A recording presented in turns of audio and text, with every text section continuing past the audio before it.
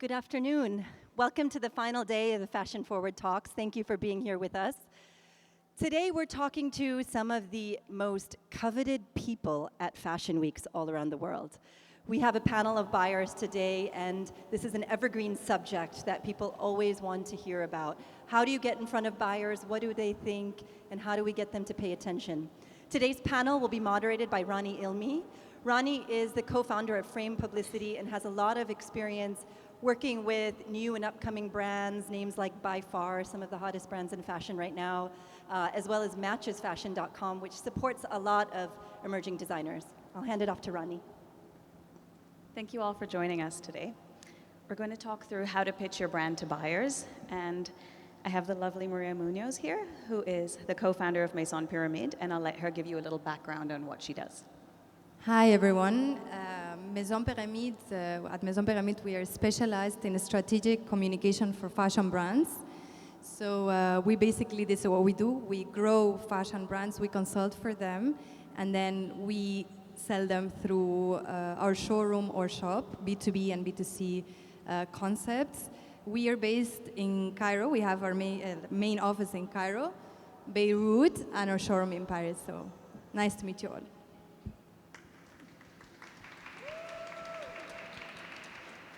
And to Maria's left, we have ZEINA LADKI, who was most recently senior buyer at Altair Group, also was merchandising manager for their department stores. And then the lovely Julia, who leads women's wear buying for Level Shoes as well. And then we have Joanna Laura Constantine, who is the designer of her eponymous jewelry line. Perfect. So I thought we could start with some examples of regional brands that you've bought into that have sold really well, just to sort of lay a foundation for the audience of successes. All right, I will of course let Joanna speak for her brand, but if I had to highlight a couple of brands, regional brands that have made success stories until now, are of course, first one would be Orten, handbag and accessories brand, based in Egypt, two sisters that started 4 years ago, and that are currently stocked in the biggest retailers in the world. They started by growing their local presence in Egypt and advancing their direct-to-consumer sales in a way that they could grow their capital. So they started selling a lot in Egypt. They grew their capital this way. They don't have any investors. Then they started moving regionally, which their website allowed them to do, and through their PR and media efforts, through our showroom, they managed to start selling internationally. So for sure, this is one success story that shows you how it's super important to maintain and grow your direct-to-consumer sales to be able to put up with the wholesale game, which is extremely hard. And the second brand I would mention would be probably Nafsika Skurti, Jordanian.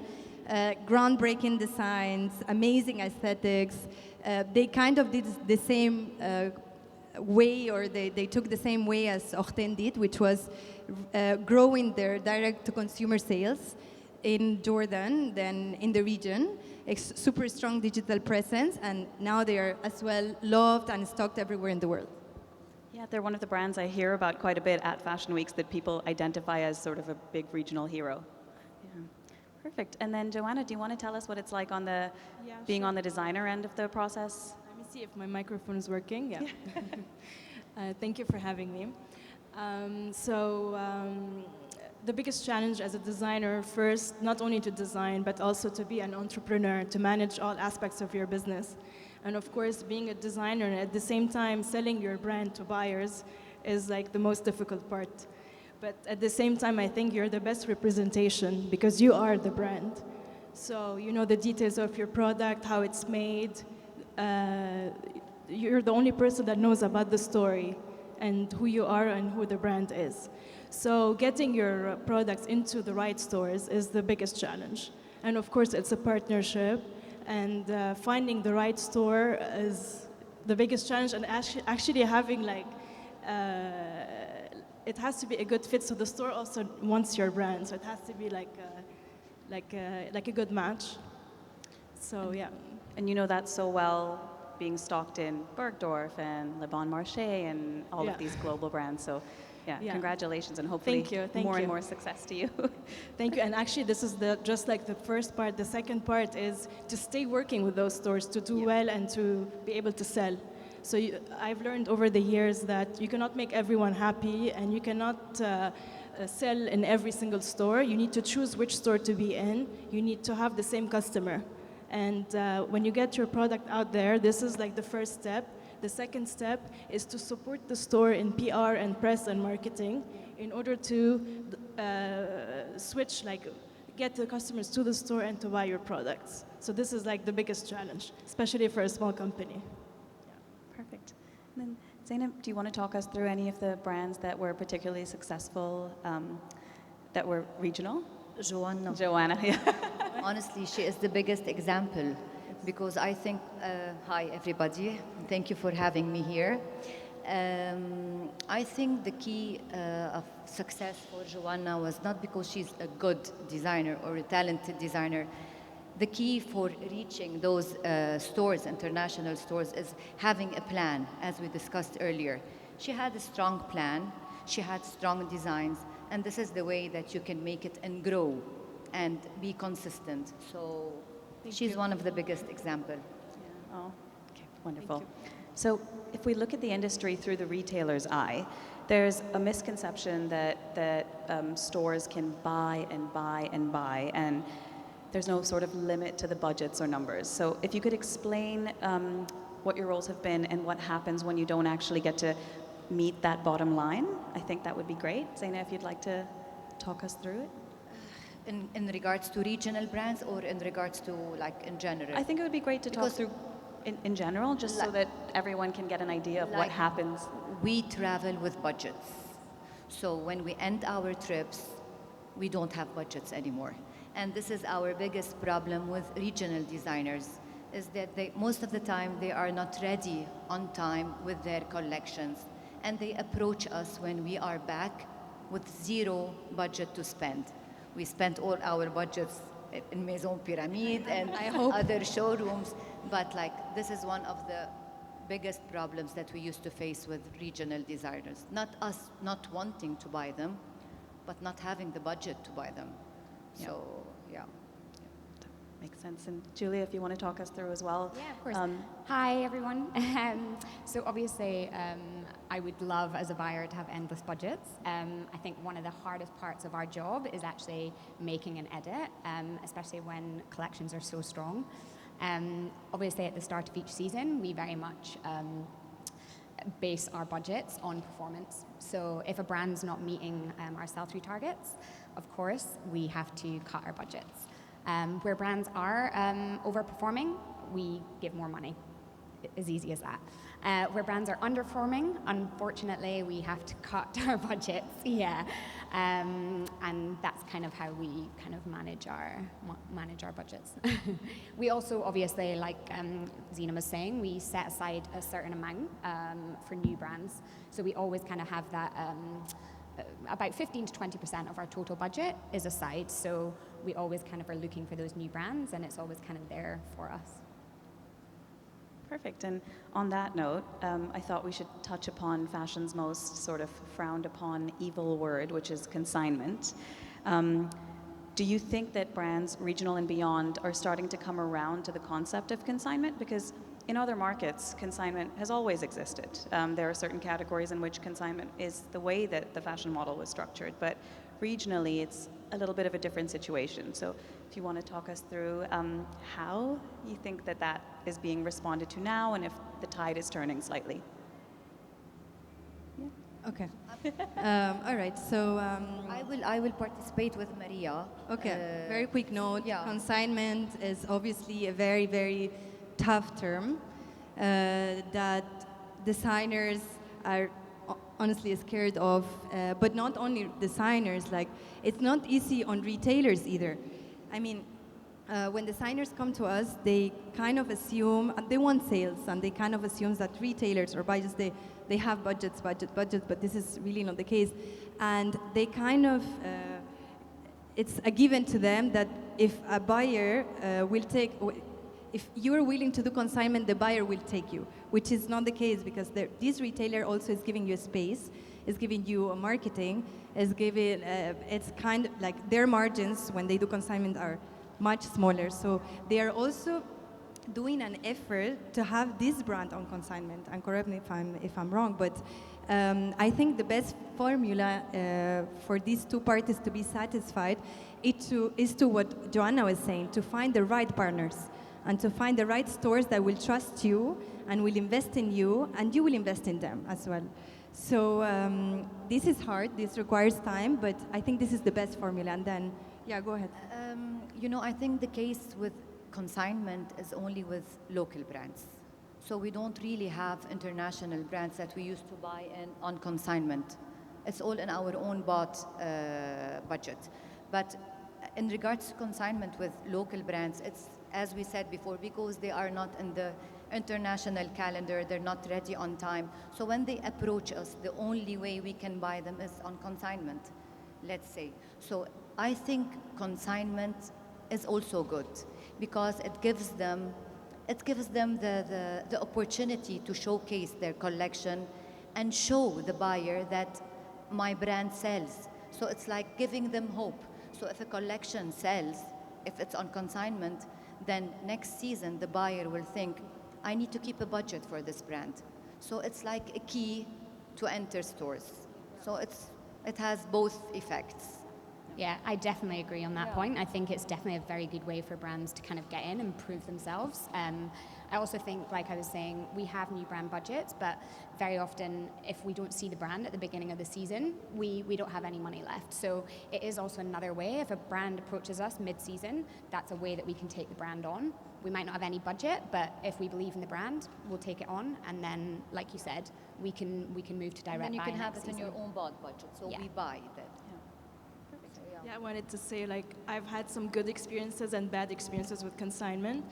But for example, I was approached by Moda Operandi 2 years ago, and their conditions were to work on consignment basis. I did it for the first 2 seasons, and now they are placing orders and they are buying the brand because the sell-through was good and it was a good fit. And sometimes being in certain stores, it's a good referral. And by being, for example, getting the exposure on Moda, you're able to get other stockists, which is also good. I did have some bad experiences, and I learned from it, from stores that do not know how to manage the inventory, and then we have problems with like tracking because the pieces to get them back. is a complicated procedure. It is complicated. It is a complicated procedure. We try to avoid it.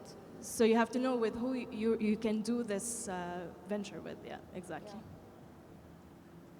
On that note, to get a little bit more technical, do you think that when you are an emerging designer and you partner with a department store, that it's important to then negotiate your retail space, or if you're partnering with an e-commerce site for the first time, like a Moda, that you negotiate your position on the homepage? And if so, do you have any advice on how you can sort of build that into the It's package? usually the choice, of course, of the buyer. Like in Moda, you can be in the trunk show or in the online store. They chose to put my products in the online store, which was good. But in the department store, it has to be with the floor manager or the merchandising team. You know, in the department store, you have floor space constraints. So the space that you have priority with your space. So it's going to be for your own bought brands. It's all calculated per square meter. Whereas if it's an online platform, it's more... As a designer, you have to make sure that the product is well photographed, the description is correct. All the products are online because so different sometimes criteria, like it's different criteria. Exactly. Like for us, I would say that as a showroom, we always push for this criteria for our clients. Like they have to have the highest visibility possible. They have to convey the message through the setup. This is extremely important because one thing is to catch the eye of the buyer and they will have you stocked, but then another thing is to sell, right? And for them to buy you next season. So in order to do this, you actually have to sell and definitely fight for the best, visibility and positioning.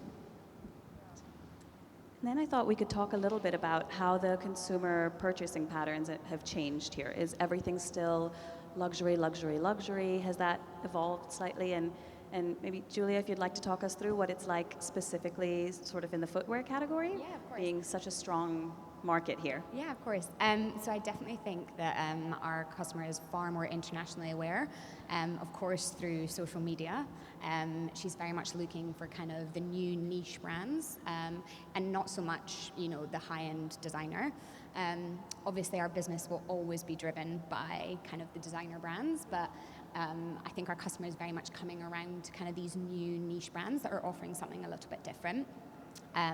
Obviously, brands like By Far and MUÑOZ, they fall in that high-end contemporary price bracket, and they're great examples of brands that have kind of used social media and kind of really good product placement and have managed to, get a very cult following in a very short space of time. So I think that's kind of the main kind of difference, is that our customer's not so regionally focused anymore, and she's very much internationally aligned with kind of the rest of the market. Thank you. And ZEINA, do you have anything you've observed in that same sort of space of evolution, but in ready-to-wear? Yeah, I think now we have like a big window to the world with all the social media. So I think this is the conclusion to everything. So she can see everything. You can see the trends. You can see what's happening after 6 months because you have the fashion week. So you have an open eye now, so which is key. And Maria, if you want to talk us through some examples of what the differences are with regional tastes versus international in terms of buyers, your experience running Maison Pyramide. Yeah, for regional buyers, I would highlight a common thread or a common tendency, which is modest or more, which is the modest trend. So they wouldn't buy certain styles that European buyers or other buyers would buy. So they tend to, exclude these less modest styles, and this is for ready-to-wear. And maybe for jewelry, what I would say is that non-Middle Eastern buyers have rode the wave of contemporary, like the contemporary wave, much earlier than Middle Eastern, which means that they, like non-Middle Eastern, they don't care as much about the brand name. They are much more like product-oriented, price-oriented. They look for what's in, what's like will suit their brand mix. However, Middle Eastern designers still, they have this brand. And I want to add something. There is something like funny, and because always when you used to come back to the showrooms for, let's say, the second season, we used to ask, what was your best seller? Did you sell this jacket? Did you sell this top? And always, everybody sells the same thing.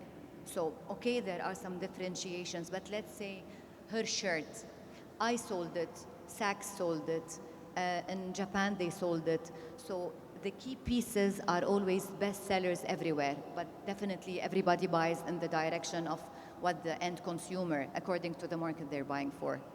I'd like to add something. So sometimes, like adding to Zena, you'll have like a top seller wholesale is different than top seller retail. So the buyers, they might all choose the same items, and then in store you might get a surprise. So it's very important to always get sell-through reports and analyze and see which styles perform better. And this is a very good indicator to know what to do for next season, which styles to keep, which styles to drop, and which pieces to develop further because they did well. So this is also key to do. Yeah. I hadn't thought of that. Thank you. Yeah. And on that note, Zeina, you just touched upon this, but when you go into showrooms as a buyer, if it's a brand you haven't necessarily heard of yet, how much are you swayed by how large that brand's social media following is? And does it really truly affect how you actually buy? Basically, when we are approaching new brands, it's like brands that we've been hearing about. So we hear about the brand, we schedule an appointment, and we go there. So we do our picks. It's like according to what we sell, according to what our customer needs. So we buy according to our reports. This is it. I would just add that if a brand approaches us, the first thing that I do as a buyer is go onto their Instagram page. So I think social media is very important in that kind of sense. Joanna, do you want to talk us through what it's like being the designer. So are there pieces that respond really, really well on social media that might not have the sell-through?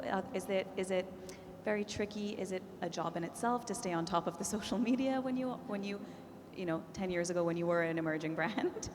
No, of course, social media helped a lot, and the B2B platforms also helped in like getting access to stores worldwide. But then that's another challenge, because then you're gonna compete with worldwide, and then you have to compete with the big brands that have big budgets to do international campaigns, while you're a small company with limited budget. And all the promotion you can do is via PR and getting your pieces on editorial, on influencers, or doing maybe a collaboration with another brand. That's the maximum you can do.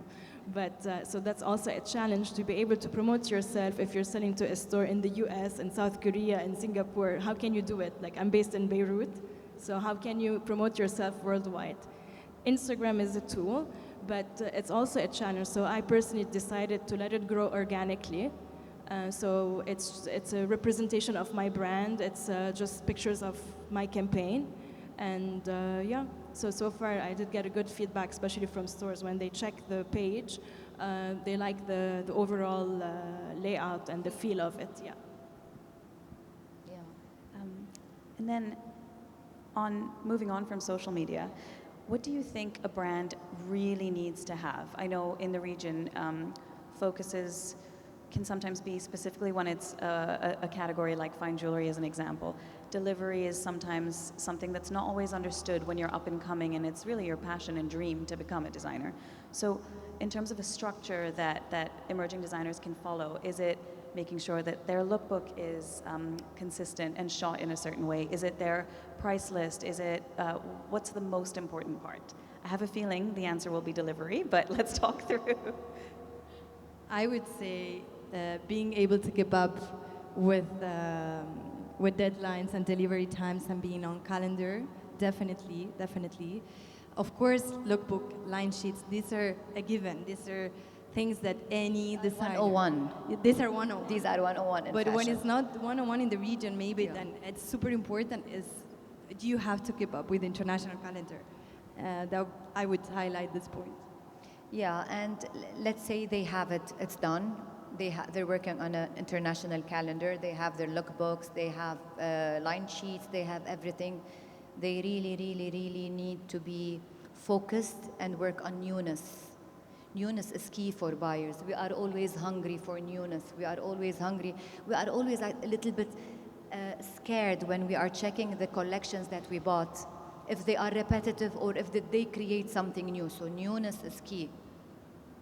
And I think just a strong brand identity, just knowing who your customer is, who your brand adjacencies are, who your target market is, because I think quite often that gets lost. So I think kind of just being 100% confident in what you're selling is kind of utmost importance. So it sounds like they need their elevator pitch and then their consistent ability to deliver. That is what's been lacking. And then there's also an impression in this market that regional buyers will take a brand from the region more seriously if they run into them in Paris, as an example, which I'm sure you have experience with, Maria. So could you talk us through how that sort of shapes and evolves? All right, so maybe they have a different opinion, but I don't, it's not necessarily the fact that they are showcasing internationally. It's the fact that buyers go to these places. Paris continues to be the capital for these things, or fashion week. So these buyers are gonna be there. So you have the higher chances to be visible if you're there. Also, these people who are showcasing in Europe, they obviously have a different experience. They get molded by these experiences. So it's very important to be exposed to other markets. Whenever you're ready, you need to be exposed. So it's not a matter of, they would diminish the brand because they're not stocked abroad. It's not about that. It has to do with visibility and experience, I would say. So it's what Maria is saying. So when we see a brand, a local brand, showcasing the collection in Paris or in New York, it means they did what they have to do to be there. So like several boxes are ticked. line sheets, lookbooks, proper identity. They have the capacity to be there, showcasing the collection. So of course it makes us feel more confident seeing them there.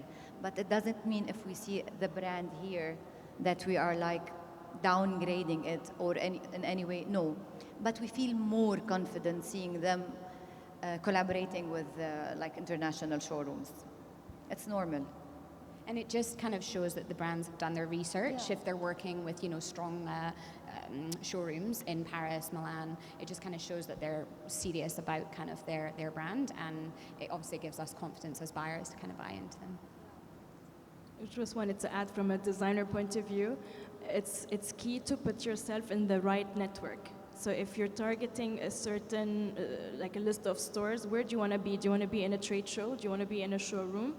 And also, you need to have a plan. So for example, in my case, I show 4 times a year in Paris, 3 times a year in New York. So that's a big investment. It's a non-stop process. So yeah. You've been doing that for so many years now as well. Yeah, 9 years. 9 years. Yeah. Wow, bravo. And so when buying a designer, regional or otherwise, has that ever backfired on you with an international designer as an example, where deliveries weren't met or you know, there was a significant investment put into something and sadly it couldn't happen, which is a reality of working in this industry? I think I would say that all brands, regardless of their size, super brands, Regardless. contemporary, you know, sneaker brands, they all kind of experience delays or faulty stock, or, you know. We've had this with international Yeah, brands. with We've everyone. had this with Yeah. like key brands. Yeah. So it happens. It happens. I think obviously as a buyer, we just need to be confident that there's going to be consistency. So when we take on a brand, we just need to be confident that, you know, they're going to come across some delays, but we need to know that season after season they will meet kind of our demands. Yeah. I think it's quite important for the audience to know that this happens with the big international brands. So it's the stories and the experience that we've all sort of shared. Yes, it happens always. Exactly. Yeah. Always. Yeah. Normal. Yeah. And then on that note, we also find that sometimes it's strictly due to the schedule, but regional buyers aren't always very present at regional fashion weeks and things, and very often it's because events are held in September during International Fashion Month and things like that. Do you notice that the trend is shifting there at all with attendance to regional events? It's mine? Okay, I think the timing of the regional shows that used to happen here in Dubai or anywhere, mostly in Dubai, because Dubai is fashion forward, is the platform to be. So it used to be late, a little bit late. So all the buyers are just coming back from Paris or New York or Milan, exhausted, with deadlines to submit orders. So it was time where the buyers were like overwhelmed. You need to be relaxed. You need to have the time and energy to come with your complete team to those events. So it was just the timing. And I think we have improved a lot. And of course, there's always space to do more work. But yeah. Yeah. Joanna, do you have any feedback on that from how it's been sort of on the designer end? Because you're Beirut-based, but sort of juggling these international calendars. So has there ever been a moment where you've had to forego potentially meeting a key buyer in a market because you were in another? Yeah, so actually by focusing on doing New York and Paris fashion weeks, I never have the time to do like trunk shows locally and promote myself in Beirut, for example. So this is a challenge. Like you have to decide which path to take. And now I decided to focus more on doing local, to be part of local events and fashion events. Yeah. Perfect. And then in closing, I thought we could talk through what each of you think that brands can do to really evolve their pitch best. So a few seasons from now, if they had 5 minutes with each of you, what you really think that you could offer them best. Maria, obviously in your example, how you think they can, how a multi-platform showroom really, really helps to position them the way that get eyes on them they might not get otherwise?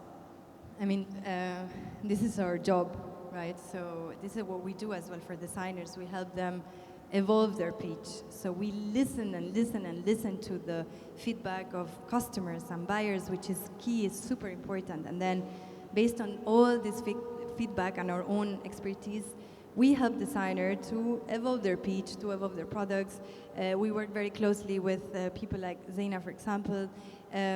So this is basically part of our role, right? To help designers to understand what they can improve so they are appealing enough to certain markets and certain buyers.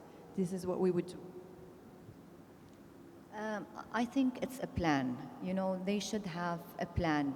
Yeah, I cannot just like not be ready with all my clothes and shoes, just fix my hair and go to a dinner. There are steps to be done. So they need to plan. They need to work on international calendar, have their line sheets ready, have their lookbooks ready, have their collections developed. It's not just design randomly, like I like your dress, I'm gonna design. No. You need to develop your brand. You need to know who your end consumer is. There are several points by the time they reach to international showrooms to make their lives easier to be able to sell their brands to international stores. So it's steps. This is my advice. You should work in steps. Again, very similar. I just think as long as you have a strong brand identity and you know exactly who your target customer is, all those kind of steps come after. And like we've said a few times, social media is so important, especially for brands that are up and coming. So I think that's kind of the main points that they need to work on. Joanna, if there's anything you can Joanna doesn't need anything. She's already Joanna's there. a superstar already. Joanna, you are an example, by the way, because you did the steps. I think you are the best. Doing it. You are the best to explain what are the steps to really become a designer that has reached to such international stores. Yeah, this is what I just explained. Like Yeah. when you have a plan, you're showing 4 times a year. So while you're preparing for the show, you're already producing the current orders, preparing your samples for the next show. So it all overlaps. And it's a non-stop process and it's exhausting, but you have to be really passionate about it to succeed, of course. Because it's a full-time job, like it never stops. It's not a job from 8 to 5. You're like constantly working and managing your business, yeah.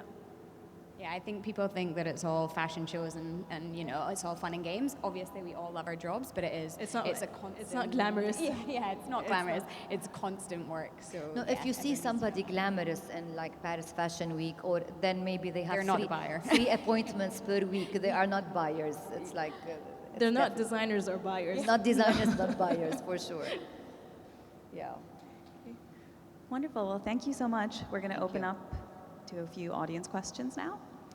So let's begin. Would anyone like to know a little bit more about how to perfect their pitch, or how to take things to an international level? If you're a young brand that's maybe either doesn't have the budget or isn't ready for a showroom, are you receptive to brands contacting you directly, and what would be the best period to contact you in? I'm definitely more than open for new brands to kind of contact us. Obviously, if you're a new brand and you're still starting up, we're as buyers are more than happy to give you feedback. So if you share line sheets or kind of lookbooks, we are more than happy to kind of give you feedback and kind of mentor you.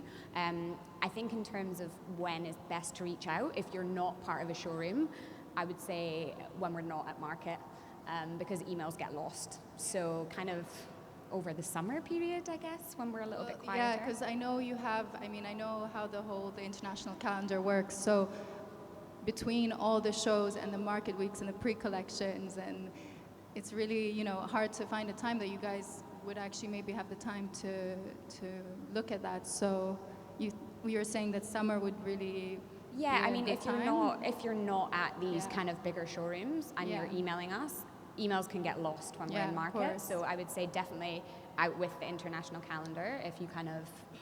And I think it's better to reach out before the buyers start traveling. Before, not after, not during. So the best time for buyers to look at their emails is a little bit before. So you need to know the calendar. This is, we go back to the key point, the calendar. Thank you very much. Thank you. Perfect. Do we have any more questions? Okay.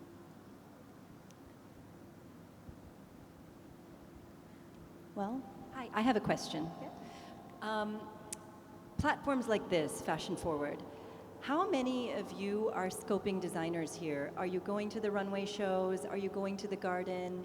And what more can designers who are right here at the home market do at this event to grab your attention? Should they email you before that, hey, we're there, please come see us?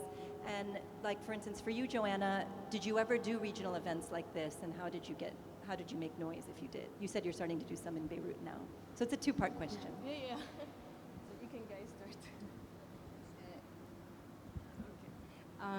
So as I mentioned, I did so emails before Fashion Week.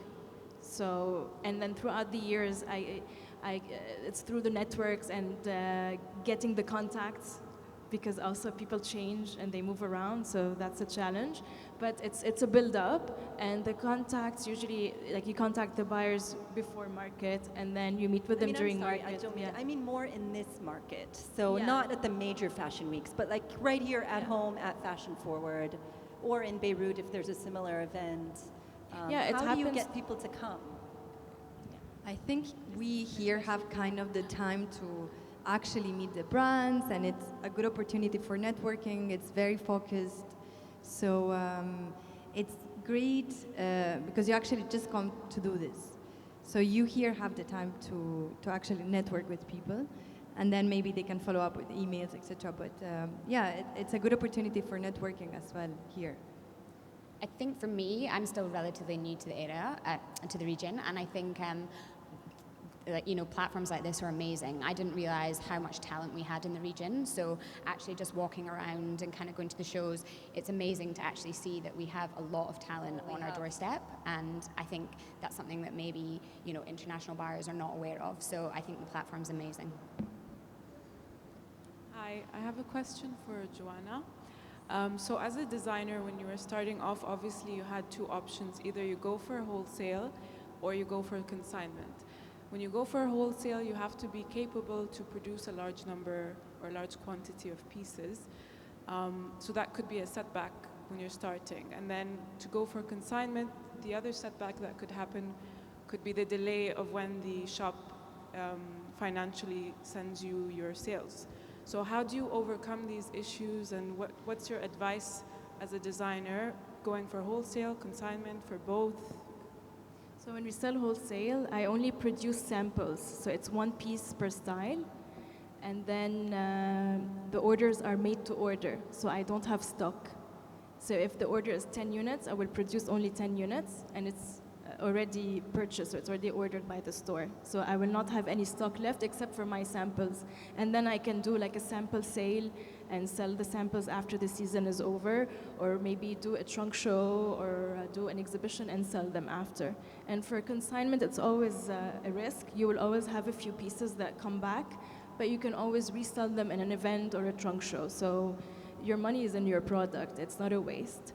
But of course, it's a risk if you get too much back. If you get too many pieces back, then yes, as a small business, you will get affected. And you should always find another way how to resell it and not to keep it in stock. Yeah. I'm just going to add something in regards to consignment. If you can control the quantity that you've been, or that the buyer is ordering from you, let's say earrings, 6 pieces. No, I'm going to send you 2 pieces. So control the quantity, because at the end, if it doesn't sell, it's going to come back to you. So quantity is key here.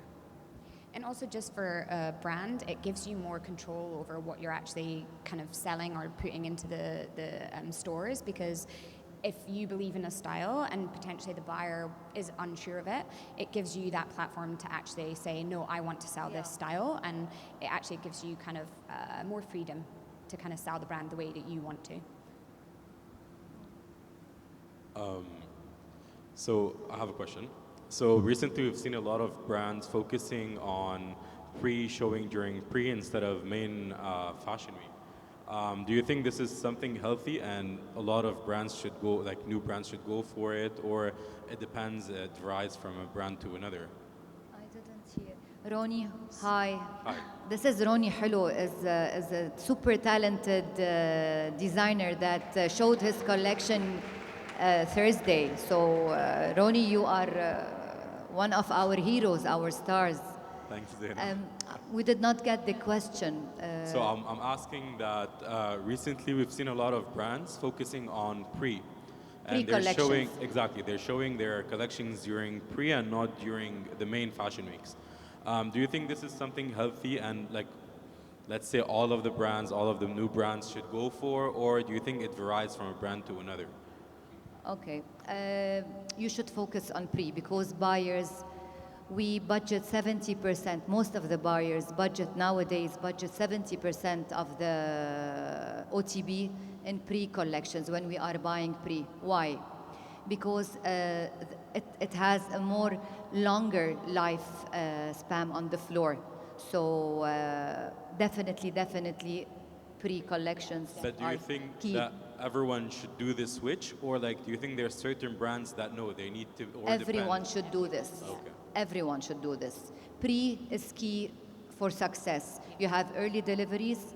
Buyers are receiving the collections earlier on floor. They have a longer time to be sold on the floor in full price. So, yeah. And just for a brand as well, it just gives you more chance of success. If you've got longer to sell, you're more likely to sell more. On and full then- price. And full price, yeah, exactly. Yeah. And then, you know, the retailers are going to continue working with you if you meet those sell-through targets.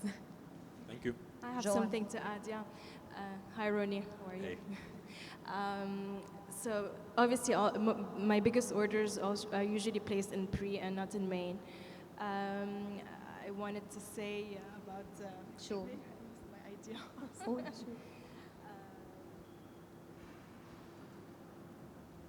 I don't know if this is what you were going to say, but obviously we were saying the markets are back to back now. So the earlier that you start showing, it gives you then time. Is that what you're going to say? Yeah, I wanted to, sorry, I slipped my mind. So I wanted to say that in Paris, we show 4 times a year, where in the US, they have 8 markets. So imagine. And if you see a buyer in March, so if you're only doing main, you have to wait 6 months to meet them again, and then you're going to have a totally different collection, and then you're going to lose them again if this is not what they were looking for. So when you see them 2 months apart, it's closer, so you can meet them again. So you see them in January, and then you see them again in March. It's closer, you're still showing the same collection that's even more developed in Maine. So your chances become higher in getting an order. Thank you. You're welcome. That was a fantastic question, Roni. Thank you so much. And then we have time for just one last question. Hi. That's okay. Hello. My question is, as an emerging designer, when do you know is the right time to involve or get involved with the showroom or hire PR to help you out? Like Joanna, did you sell directly to your customers first? And at what stage did you then involve PR or showrooms or any other? I didn't hear your question very well, but I guess you're saying, how did I choose which showrooms and PR to work on my brand? What stage did you know that you can invest in PR and going to showrooms? Did you directly sell to your customers first? Or Yeah, so it's good to work with like a regional PR, and then it's good to work with a PR, for example, based in New York, where you can get like US press.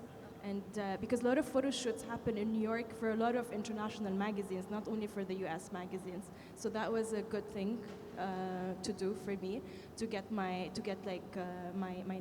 name of the brand out there and to get more exposure. And for sales also, it's good to work with a showroom based in Paris. And if that showroom has another showroom in the US, that helps. Or you can work with another showroom specialized in the US market. And plus, as I mentioned before, in the US, they show 8 times a year. There's market all the time. They are writing orders all year. So you need to have your product there on display most of the year. thank you. Perfect. Thank you all so much for joining us. I hope you've learned how important the calendar is. That is one takeaway that I think is quite important here. And we'll be off stage if you have any quick questions for us, but thank you again, and we hope you get to enjoy the rest of Fashion Forward. Thank you all.